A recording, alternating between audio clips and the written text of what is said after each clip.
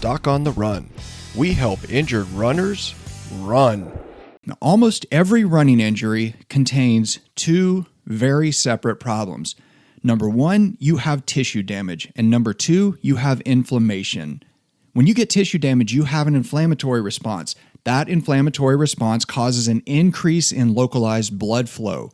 With that increase in blood flow, you get redness, swelling, and pain.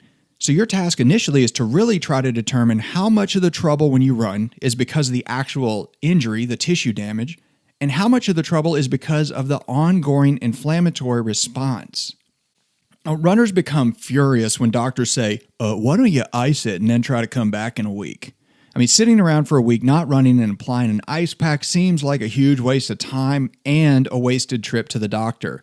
But if you do that and you have a huge amount of improvement, then you know right away that a huge portion of your trouble is really just an inflammatory response. Of course, that implies that if you control the inflammation and if you stop irritating the damaged tissue in a way that will keep stimulating all this inflammation, you might actually be able to return to running way sooner than otherwise might have been predicted by you or your doctor.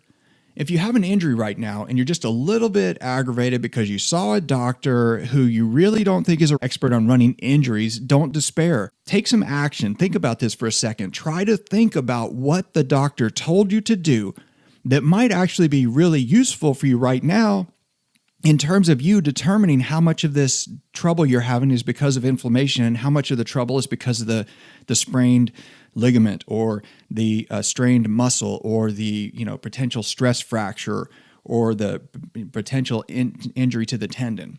So what you should do is print out a copy of the pain journal and then keep track of it every single day. Make a note of how much your pain improves on the days after you ice it. See how much worse it gets when you go for a short run. Take note of it. And then use that information to figure out how you need to change course to stay on track with your training, make sure you don't lose your fitness, and then get back to running.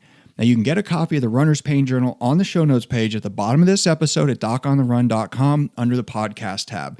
It's there for you. Print it out. It's free. Go get it now. Doc on the Run. We help injured runners run.